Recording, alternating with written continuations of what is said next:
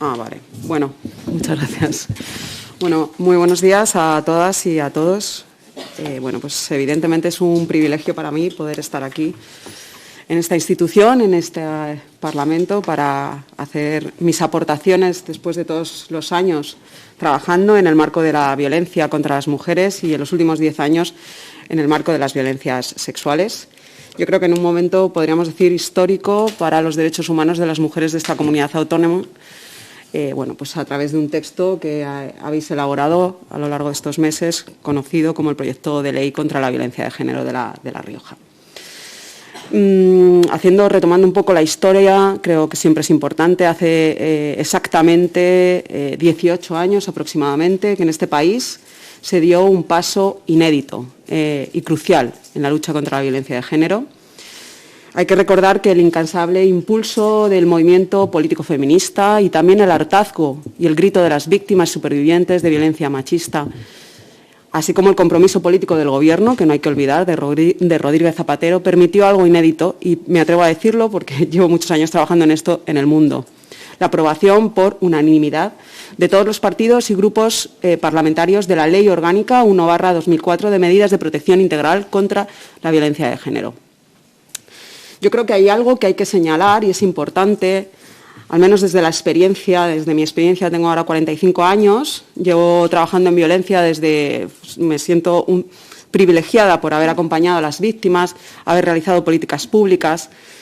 y haber realizado investigaciones en el marco de las violencias de género y específicamente de las violencias sexuales. Y lo que les quería señalar es que hay algo que quiero señalar, que al menos hasta el día de hoy, antes de la entrada en las instituciones de la ultraderecha, este país se ha caracterizado por una historia de la legislación feminista y una historia de consensos y acuerdos parlamentarios. Yo creo que es la historia de un compromiso inapelable que hemos visto en todas las comunidades autónomas y en todas las instituciones, que ahora mismo está en peligro, evidentemente, y que en algunos lugares comienza a tambalearse. Aunque sí que es cierto, y creo que es muy positivo, que a pesar de que en esta comunidad autónoma ha llegado un poquito tarde la ley, una ley integral o una ley de lucha contra la violencia de género, yo me he leído íntegramente el texto y tengo que reconocer que la ley, y lo digo así claramente, ha entrado por la puerta grande. Como decía, que una norma de estas características, con ese catálogo de medidas, con ese catálogo de compromisos, podemos decir, ha supuesto para los derechos de las mujeres, de sus hijos y de sus hijas víctimas de violencia de género, pero para los derechos sobre todo de todas las mujeres que de una forma u otra han sufrido de alguna manera, algún tipo de violencia machista, no solo aquella que se ha sufrido en el entorno de pareja o expareja, que como saben ustedes, según la macroencuesta de violencia de género del año 2019, nos dice que 1 de cada 2 mujeres en este país ha sufrido alguna forma de violencia de género. Las mujeres ciudadanas riojanas también la han sufrido. Bueno, pues como le decía, la ley ha entrado por la puerta grande. Este proyecto de ley, yo creo, la narrativa de las medidas que aparecen impresas en su articulado, incluye un catálogo de compromisos y de derechos adaptados positivamente a las obligaciones y las responsabilidades que, por supuesto, tiene esta comunidad autónoma y sus instituciones, pero que también tenemos como país, en función, y además lo saben ustedes perfectamente, en virtud de los derechos humanos, en virtud del derecho internacional de los derechos humanos, al que también como país y como instituciones estamos comprometidas y comprometidos. Es más, este proyecto de ley, que es muy simbólico, que trasciende, como decía, trasciende las 20 y tantas páginas que tiene, avanza el marco de la Ley 1/2004 para dar respuesta a lo que en el feminismo y teóricas feministas ya apuntaron en los años 80 como el continuum de la violencia, de la profesora académica Liz Kelly, para cumplir los mandatos internacionales de derechos humanos en el marco de las violencias machistas y, sobre todo, para por fin, yo creo, consagrar derechos para las mujeres víctimas y supervivientes, pero también para sus hijos y para sus hijas, que no dejan de ser titulares de derechos. Y nosotros, yo ahora mismo estoy en una institución que es el Ministerio de Igualdad, y todas las instituciones no dejamos de ser titulares de responsabilidades. Una ley que permite a las mujeres, que les va a permitir a las mujeres abrir, y utilizo las palabras de la delegada del Gobierno contra la violencia de género, Victoria Rosell, porque me parece que son simbólicamente muy significativas, que les permiten abrir todas esas puertas necesarias que a veces están cerradas y bloqueadas, bueno, pues por múltiples factores que imagino que ya en esta comisión han hablado sobre ellos, psicológicos, estructurales, simbólicos, físicos, que, como decía, les impide abrir esas puertas para salir de la violencia. Incluso cuando me leía la norma, yo creo que esta norma va más allá. Me imaginaba, y disculpen también por utilizar estas metáforas, pero no sé si ustedes conocen, hay una obra de una artista que es Judith Chicago, que es una obra preciosa en donde ella se imaginaba una mesa rodeada de grandes mujeres en la historia, en donde ellas estaban hablando, entre ellas se sentaban alrededor de la mesa. Está en la Universidad de Brooklyn, Nueva York, es una obra preciosa. Pues yo me imaginaba, cuando he leído este texto, me imaginaba una mesa rodeada de expertas, de asociaciones, de académicas, de instituciones, de grupos políticos. Quizás sea una ficción, pero al menos desde mi punto de vista esto es lo que imprime a día de hoy la norma que tienen ustedes y que van a aprobar. Evidentemente, en 15 minutos es muy complicado extenderme en un texto con todo ese articulado, que, como decíamos, además amplía y da un paso más allá al marco de las violencias machistas sobre el que se trabajó a principios del año 2000, pero sí que quiero señalar algunos elementos que desde mi experiencia son cruciales y a los que creo que es importante apuntar y que además seguro que ustedes lo saben. No me gusta jerarquizar porque es evidente que una norma de estas características, todas las normas, que lo que quieren dar es una respuesta integral, una respuesta holística, desde la prevención, sanción, desde la asistencia y desde la sensibilización. Bueno, pues incorpora numerosas medidas que son claves y cruciales para salir de las situaciones de violencia, para prevenirlas, pero sí que quiero señalar al menos 3 elementos que para mí son importantísimos y que les animo a que los cuiden a la hora de implementarlos en esta comunidad autónoma, en este nuevo proceso que no deja de ser también apasionante. En primer lugar, por supuesto, es una norma que amplía la violencia,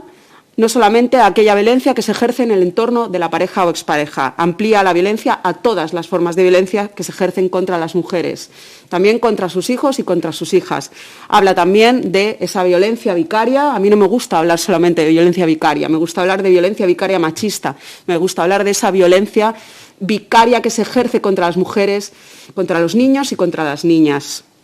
Habla también, por supuesto, de las violencias sexuales, las grandes desatendidas en los últimos años en todo el Estado, en todos los territorios y en la mayoría de las comunidades autónomas. Me ha gustado mucho también que una norma de estas características hable también de la violencia simbólica. Cuando trabajas en violencia machista, más allá del marco práctico, más allá de la materialidad de lo que tienes que hacer cada día cuando acompañas a las víctimas en el ejercicio de reparación de sus derechos, todas sabemos, todas las que trabajamos en esto y estudiamos y nos metemos a fondo para entender por qué es tan difícil romper a veces los vínculos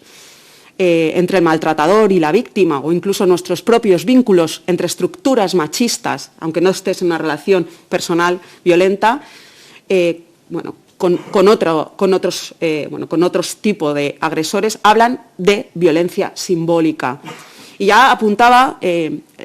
marco teórico no solamente feminista, el marco de derechos humanos, apunta a que solamente existe violencia directa, solamente visibilizamos, solamente podemos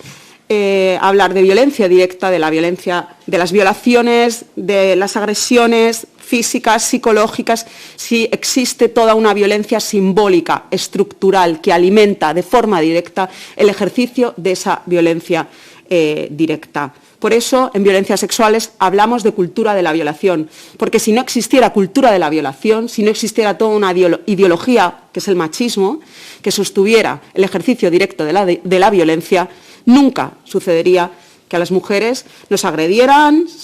sexualmente, nos mataran, pues toda esa gran lista de violencias que se ejercen contra nosotras.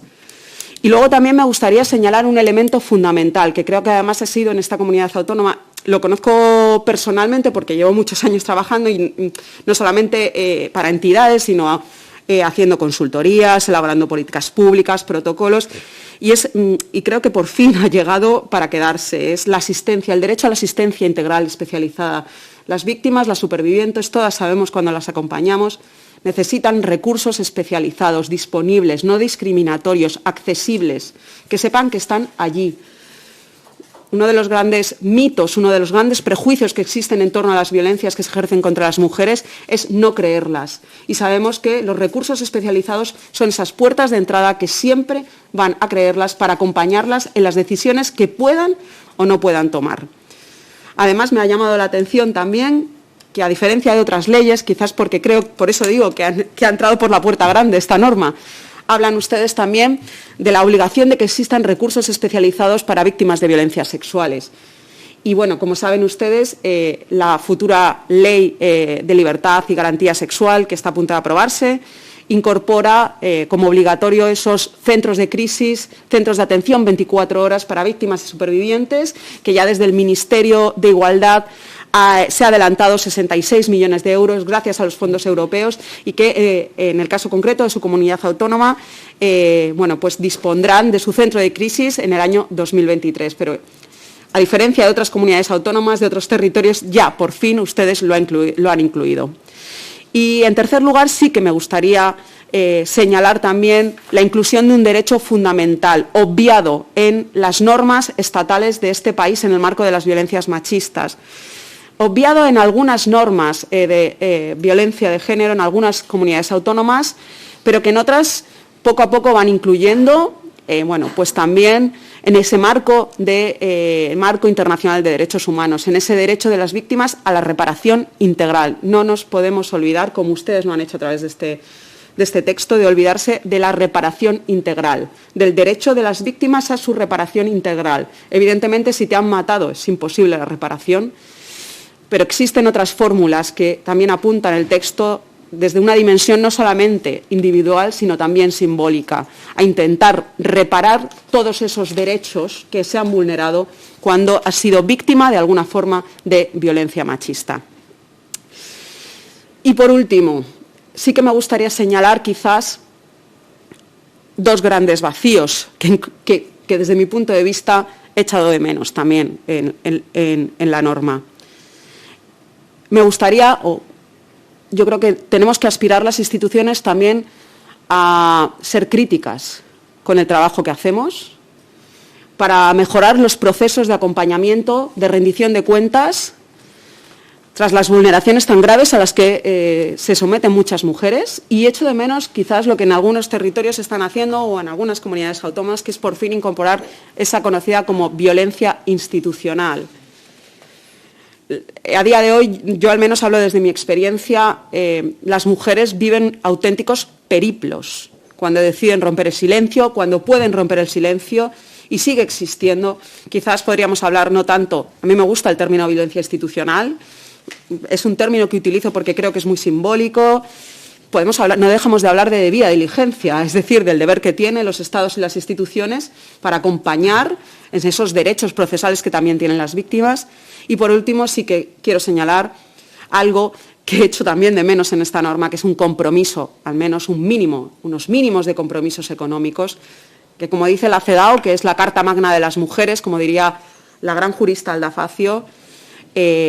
en su articulado, las leyes, las normas, las políticas públicas son inviables si no vienen aparejadas con un compromiso económico e institucional. Y creo que todas las que trabajamos en esto, pero no solamente las que trabajamos, quienes estáis comprometidos y comprometidas en la lucha contra todas las formas de violencias machistas, sois plenamente o son plenamente conscientes de ellos. Quiero terminar simplemente con las palabras de una de las grandes feministas psiquiatras, que creo que relata perfectamente lo que importante que es que tengamos leyes, que tengamos políticas públicas, que existan compromisos institucionales y políticos radicales para combatir las violencias estructurales ejercidas sobre las mujeres, sobre nuestros cuerpos, sobre los niños y las niñas. Dice Judith Herman, les recomiendo, si no lo han leído, además su libro, que hay que reconstruir el sentido del orden y de la justicia que merecen todas las víctimas y supervivientes. Y es evidente que, elaborando un texto, por fin, se abre ese camino para, al menos, la primera puerta para reconstruir ese sentido de orden y de justicia. Pues nada, muchas gracias y pasamos a la siguiente fase.